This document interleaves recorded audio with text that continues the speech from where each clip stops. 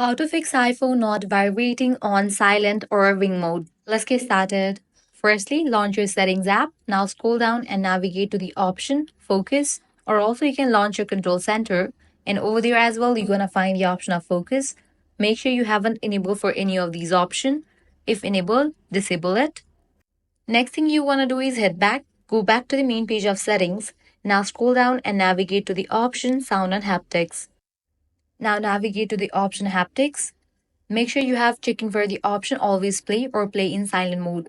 Then you can head back. Now click on the option ringtone. For all the options given over here, you'll need to select the haptic sound. Click on the option haptic and from the list of the option, check in for any of it. Select the haptic sound for all these options given over here. Text tone, new voicemail, new mail, and all the options given over here. Once you do that, you can head back. Now navigate to the option accessibility. Head over to the option touch. Then here you're going to find the option vibration. Make sure you have enabled for this option.